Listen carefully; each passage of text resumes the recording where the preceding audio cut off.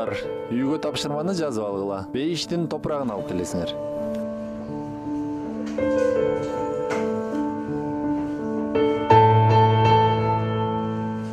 Саламатсыңар балдар.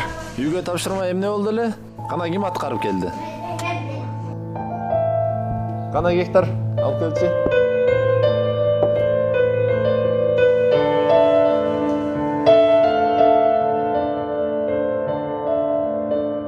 Бул бейиштин топурагы экенин кантип таанидың?